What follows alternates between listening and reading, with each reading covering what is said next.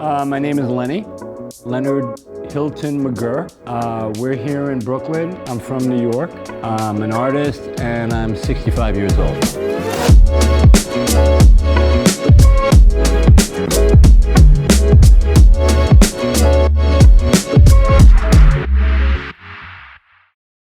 The subway school is a descendant of what was just graffiti on walls and people marking territory. At that time, most of the kids involved were in high school. You know, it was a kind of a school in the same sense that we were learning from each other, if you will, and there were some people who were more talented, skillful, stylish, whatever it may be. Phase 2, rest in peace. You know, Stay High 149, rest in peace. Dondi, rest in peace, sadly. You know, that's another kind of sad realization that a lot of the people who were great friends of mine are no longer here, you know, and that's really sad. And that's why I actually like to mention them, because I feel they're very much a part of what this thing has become back when we were in school and the foundation of all of that.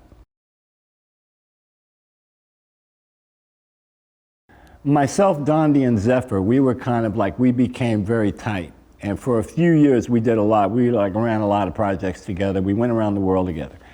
But in '80, I was ready to actually paint a whole car, you know, because that was the gold standard at the time. You know, one wagon, one car of a subway train. Painted it over a 4 to 5 hour period. Went in there with nothing more than an idea that what I wanted to do was cover this train in color and not worry about letters and shadows, and it was completely spontaneous and abstract, obviously. So I was like, yeah, this is, you know, if I'm an artist, this is what I would paint, if you will. And then rather than using a canvas and an easel, I chose to do a subway train. To me, it was just some way to really define myself. And once again, just get that car. Because whether I got a photograph of it or not, that didn't matter in real time. I just knew, you know, like, you know, I did it. There it is. Like, look at it running. It was only a cherry on top, I think, to see the documentation in such a profound, you know, images later in life. My old friends were now modern day real graffiti writers, painting trains, writing in subway stations, painting murals in handball courts like Lee Quinones, for example. I meet Fab Five Freddy, who's an instrumental character in my story at the time, into the beginnings of a hip-hop movement, if you will, with music and dance elements kind of percolating here and there in the Bronx, whatever. '80 to me is the probably most important year of the whole thing kind of coming together.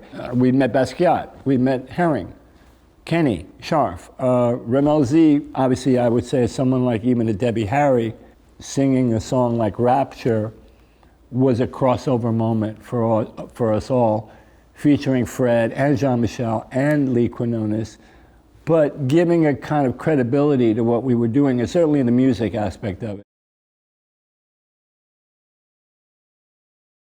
So the Clash's 1981, they arrive in New York City.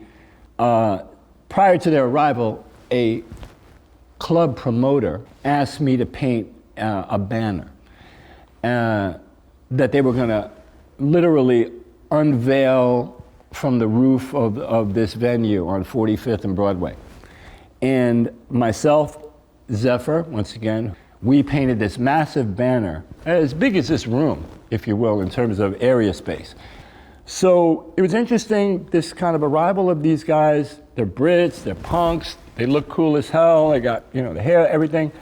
And then I meet, Joe Strummer, rest in peace.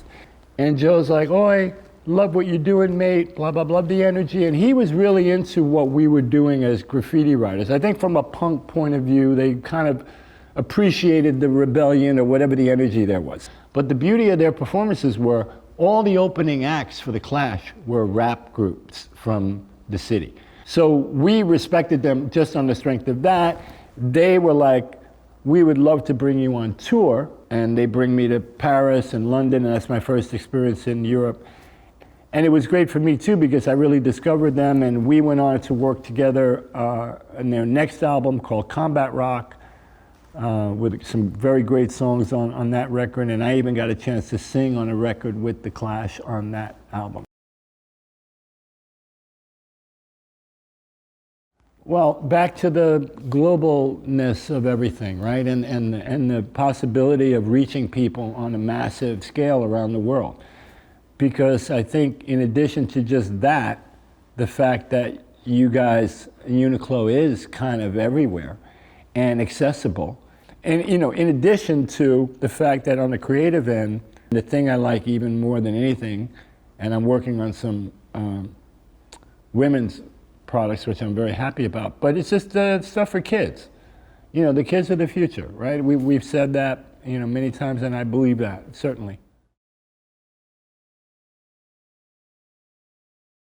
I'm just optimistic, I think. I mean, I have to be, right? And I think I've always been my whole life. I'm looking at things now and I'm thinking, man, you know, at this point in my life, the most precious thing for me is probably life itself, right? And so maybe a young person in their 20s looking at someone like me saying, wow, you know, like I like to, when I get to Futura's age, I really hope, you know, I'm doing what I want to do, and, you know, and I've been very fortunate, of course, and I've had my health, but I'm still thinking that's probably, you know, the most valuable thing I've got beyond the, you know, the love of my family and you know, and my immediate loved ones in that sense. I want to hit 90 at least, you know, so that's my goal right now.